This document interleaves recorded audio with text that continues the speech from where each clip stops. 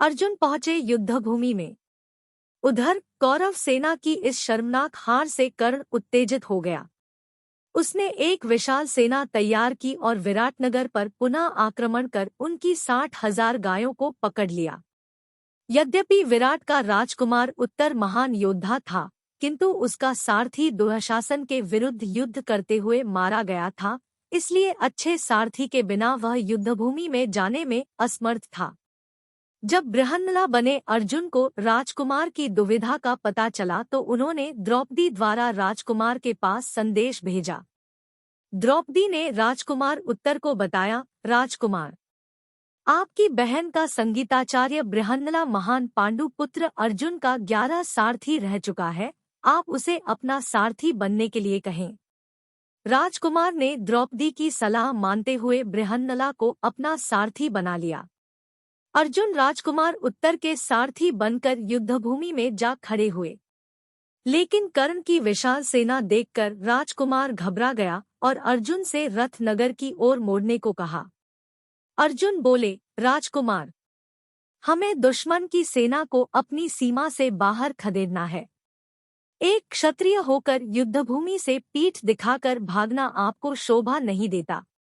यदि आप दुश्मनों का मुकाबला नहीं कर सकते तो मेरा स्थान ग्रहण करें और मैं आपके स्थान पर युद्ध करता हूँ।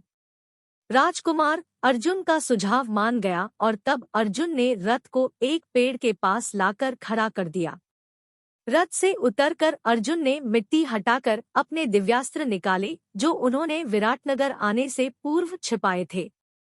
अर्जुन ने अपना प्रिय धनुष, गांडीव और कुछ अन्य दिव्यास्त्र निकाल लिए। यह देखकर राजकुमार उत्तर उन्हें पहचान गया और उनके पैरों पर गिर पड़ा। युद्धभूमि में पहुंचकर वे कर्ण और उसके सैनिकों पर आंधी की तरह टूट पड़े। अर्जुन के बाणों के आगे कौरवों के सैनिक ऐसे धराशायी हो रहे थे जैसे ओलावृष्टि से छोटे पौधे नष्ट हो जाते हैं। द्रोणाचार्य अपने शिष्य को पहचान गए थे। वे भीष्म पितामह के पास जाकर बोले, निस्संदेह किन्नर के वेश में यह अर्जुन है। कर्ण ने गुरु द्रोणाचार्य और भीष्म पितामह की बातचीत सुन ली। वाह, यह तो बहुत अच्छा हुआ कि पांडव 13 वर्ष पूर्ण होने से पूर्व ही सामने आ गए। अब उन्हें दोबारा वनवास पर जाना पड़ेगा, वह खुशी से बोला।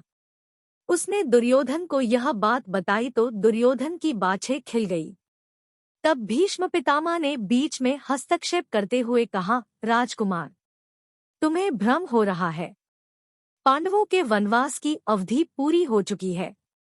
अब यह तुम्हें निश्चित करना होगा कि तुम्हें अर्जुन से युद्ध करना है या पांडवों के साथ समझौता। दुर्योधन ने कहा, मैं पांडवों से समझौता तो हरगिज नहीं करूंगा, उनसे युद्ध ही होगा। ठीक है, तुम विराटनगर की 60,000 गायों को सुरक्षित हस्तिनापुर ले जाने के लिए आधी सेना लेकर जाओ। शेष सैनिकों के साथ द्रोणाचार्य, कृपाचार्य, अश्वत्थामा और मैं अर्जुन को घेरते हैं। भीष्म पितामह ने अपनी बात रखी। दुर्योधन ने ऐसा ही किया। जब युद्ध करते हुए अर्जुन को दुर्योधन युद्धभूमि में कहीं दिखाई नहीं दिया तो वह समझ गए कि वह अवश्य ही गायों को लेकर हस्तिनापुर जा रहा है।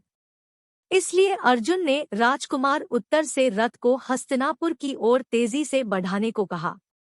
राजकुमार ने जैसे ही रथ को हस्तिनापुर की ओर मोड़ा, कर्ण की दृष्टि उन पर पड़ गई। उसने अर्जुन का रास्ता रोकना चाहा, पर अर्जुन के बाणों के आगे वह अधिक देर टिक नहीं पाया। इसके बाद अर्जुन ने समौनास्त्र का प्रयोग किया। सारे कौरव सैनिक जहां खड़े थे वहीं मूर्तिवत खड़े रह गए। अर्जुन ने अवसर का लाभ उठाते हुए दुर्योधन को घेर लिया और गायों को वापस ले लिया। दुर्योधन जैसे तैसे जान बचाकर भागा।